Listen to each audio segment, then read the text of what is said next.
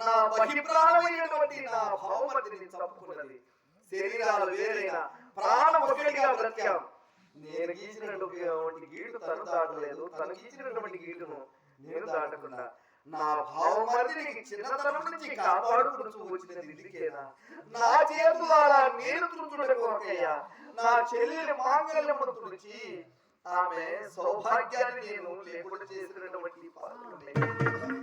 అయినా ఇంతటి మూలకారకుడు ఈ గైడు. ఒరే గైడా, ఇంక నీవు లేవు.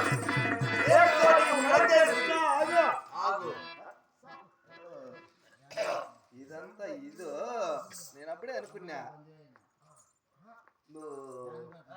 బ్రతికుండగా గంధర్వుడు ఏం చేయలేవని చెప్పాను కదా.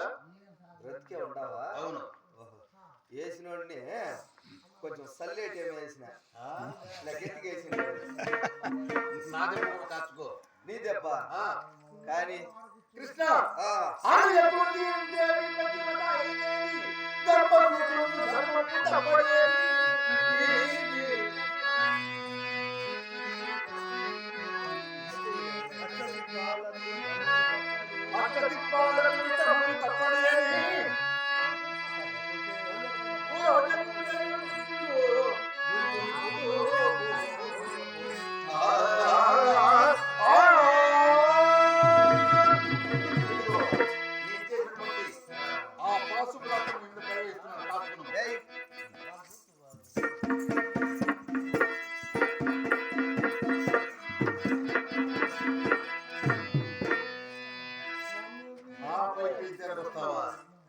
అంటే ఒక మీసమయా రోషమయా అంత పోసమా కృష్ణ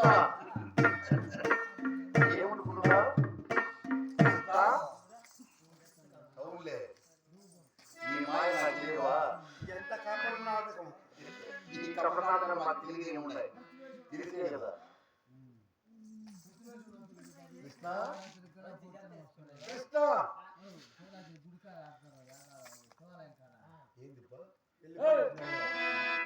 శరీరం అంతా సలగైపోయింది.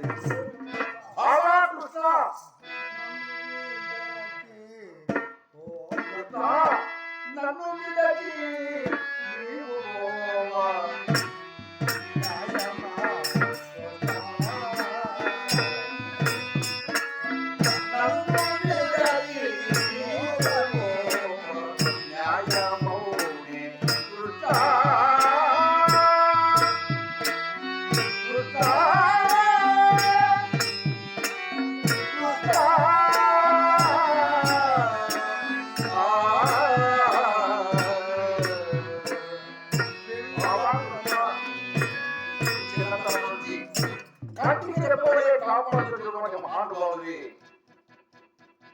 ఎన్నో ఆపద కాపాడేటువంటి నీవు ఈ రోజు నిన్ను నా చేతలాల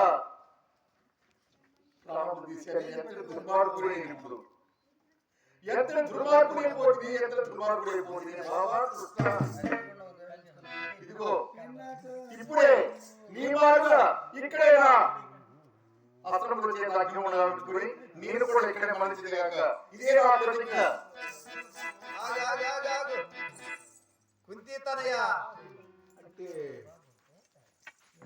మాయ తెలుసు కదా. మీరు చేస్తే మాయలు, మేము చేస్తే ఢిల్లీలా ఎప్పుడు చేయలే మాయలు. అయినా భావమర్థం అని చెప్పి కడసారి వాక్యములు చెప్తున్నాను. నీవు